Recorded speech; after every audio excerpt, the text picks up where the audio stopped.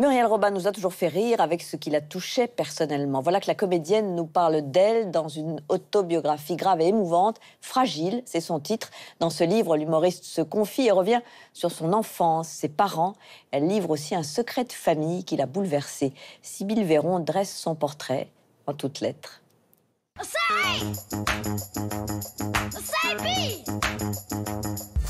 Dans son autobiographie, Muriel Robin dit tout. L'humoriste qui remplit les salles depuis 30 ans évoque ici sans filtre sa relation électrique avec sa mère mal aimante, ses rêves contrariés au cinéma ou encore ses années difficiles au conservatoire à Paris. C'est dans cette école où elle a étudié que nous l'avons rencontrée. Le portrait en toutes lettres de Muriel Robin, c'est parti. Muriel Robin est la troisième fille d'Antoine et Aimé, chausseurs à Saint-Étienne. Et dans cette famille de commerçants, le travail prend toute la place. Quand on prenait les repas ensemble, de toute façon, ça durait 10 minutes. On s'alimentait, quoi, mais il n'y avait pas de partage. On n'a pas le temps de parler, quoi. On n'a pas le temps, vraiment. L'enfant fait rire pour éviter les conflits, au point de révéler un talent comique hors norme. Ils étaient les premiers à rire, eux, leurs amis, puis les amis de mes sœurs. Donc à 12 ans, je faisais des soirées entières. Mes sœurs, bien que plus âgées que moi, me demandaient de venir. Parce qu'on disait, Mumu, tu nous racontes une blague, et la blague était transformée en sketch, évidemment. Et je pouvais en enfiler comme ça, mais pendant 3 heures. Donc j'avais un public, c'était impeccable, je faisais un spectacle et tout le monde était content. One Man Show, évidemment, c'est Pierre Palmade. On me dit, un jeune qui fait au Tintamarre, qui joue, c'est écrit, c'est nouveau, c'est intéressant, etc. Bon, ben, je dis, alors, on va aller au café-théâtre. Pour moi, c'était jamais de ma vie. À la fin du spectacle, je vois Pierre et je lui dis, voilà, que j'ai adoré. On dîne ensemble. Il me dit, vous voudriez faire du One Man Show? Je dis, quoi? Mais je suis incapable de faire ça. Si, commence à me balancer des idées. Moi, je rebondis. Chaque sketch, 2 heures, maximum 3 heures. Mais c'est pam, pam, pam, il faut vite taper sur le clavier, pam, pam. Moi, je tape. Lui, il est debout, il fait les 100 pas. Il fait des sillons dans la moquette.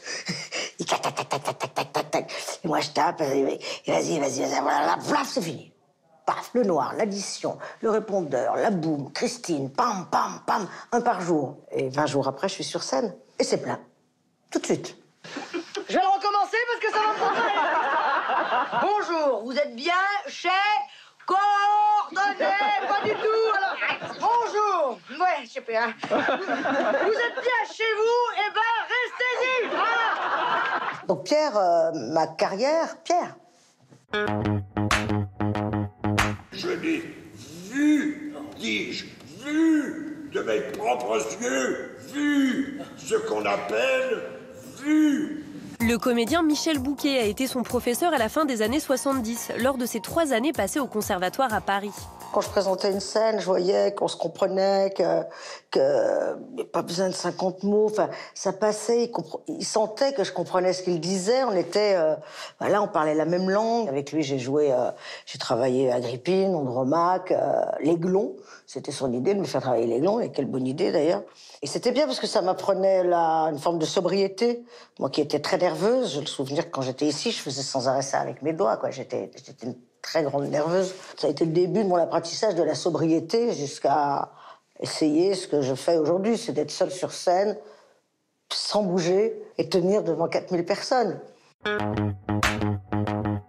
On s'identifiait toutes à Annie Girardot. Elle n'a pas été la plus grande dame du cinéma par hasard. C'est qu'on était avec ses larmes, avec ses rires, avec ses peurs, avec tout. Les cheveux courts, la clope. Voilà, une voix un peu comme ça, papapam, un débit.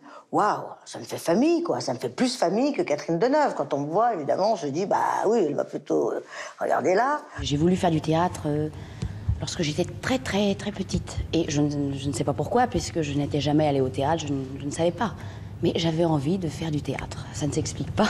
Quand j'ai 15 ans, je la vois dans un film, je sais plus si c'est Les Feux de la Chandeleur ou lequel est-ce. Je regarde l'écran, je lui dis, Annie, tu ne seras plus jamais seule. Je serai là. Et dans tes vieux jours, il n'y aura personne, mais je serai là. Et c'est ce qui est arrivé. Je l'ai rencontrée, elle est devenue une amie. Moi, elle a fait me dire, je t'aime, t'es une bonne comédienne. T'es une grande, ma grande. J'aime bien l'idée qu'on m'envisage dans des choses. J'ai besoin qu'il y ait un propos. C'est pas qu'on a le devoir, mais quand même, on a une tribune, on s'expose, quoi. C'est comme monter sur scène. Ça va, elle te plaît, ta nouvelle machine à coudre? Elle te plaît, ta nouvelle machine à coudre? C'est pour prendre plus de travail, Norbert. J'avais de l'argent de côté. Oh, mon argent, c'est mon argent. On peut raconter des blagues à Toto, mais si au passage, on raconte des choses qui ont un peu de sens, un peu de fond, qui peuvent peut-être faire un peu réfléchir, bouger les choses, c'est mieux. Et c'est vrai qu'on a un peu plus envie de ça en vieillissant.